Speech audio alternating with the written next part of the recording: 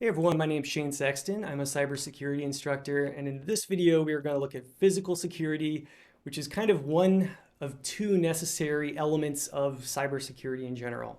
So we talk a lot about technical security controls like firewalls, but all the technical security controls in the world aren't going to get us very far if someone can just walk up to a server and plug in a USB key. So we need to have physical security controls, and those really boil down to restricting access to facilities or sensitive areas or even individual systems so that anyone, Joe Schmo can't walk up and maybe install malware on a system or on a set of systems. So there's some threats to physical security. They could be something like shoulder surfing, where someone stands behind you and is trying to see something sensitive that you're typing in to your computer. There are access points to your facility.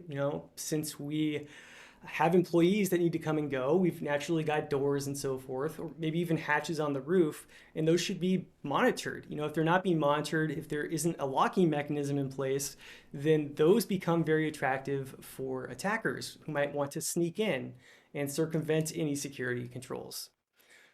Tailgating is sort of the de facto social engineering attack against facilities, where you have maybe a penetration tester or a malicious actor trying to gain access by standing in front of a door and acting like they belong until an employee walks up and badges in, and then they just follow in behind them. So tailgating is a major concern. One way that you might mitigate that is by implementing a policy where only one person, per badge scan is allowed in, so that you can't just like sneak in amongst a crowd of employees.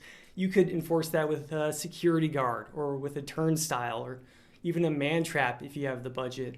But just kind of enforcing that can make it much more difficult for attackers to kind of slink in undetected. So we've kind of discussed why physical security is important because, again, any technical controls you have in place will fall apart if someone can just walk up to the system that you're protecting. It's just once someone has physical access, it's kind of game over. And really, the key control that we have for physical security and for physical access control is going to be policies. You might have, for instance, a policy in place that has teeth that really makes it so that employees will look behind them even, before they enter a building to make sure that they aren't being tailgated. So I've seen companies that even go that far where they make it the responsibility of each employee going into a building to make sure that they aren't being tailgated. And that is a pretty strong policy, but it turned out to be pretty effective. So because physical security is really reliant on human behavior and the comings and goings of employees, policies are going to be one of the best controls for it that we have. So thank you very much. I'll see you in the next video.